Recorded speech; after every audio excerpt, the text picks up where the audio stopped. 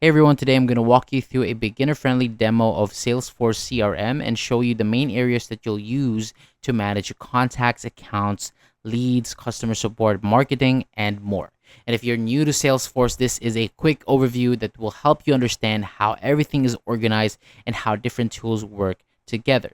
So once you're logged in, you'll arrive on the home page. So this is your starting dashboard where you can see helpful shortcuts, recent activities, reminders, and suggestions. And on the left side, you'll notice the navigation menu that lets you move between different sections of the platform. So first, click Contacts. So this is where you store information about individual people such as customers, prospects, or business partners. And from here, you can search contacts, view existing records, or add a new contact when needed.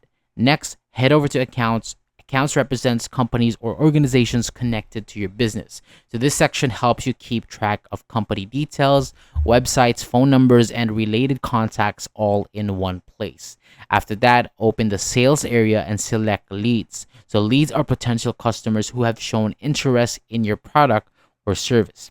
As new opportunities come in, you can add leads, track their progress, and eventually convert them into contacts and accounts. So for customer support, click on Service and then Cases. So this section is used to manage customer questions, requests, and support tickets so that your team can stay organized and respond efficiently. You can also explore the marketing section where campaigns and email marketing tools can be managed. Then there is the Commerce for online store management, your account for subscription and account settings, and DevOps Center for managing development projects and work items.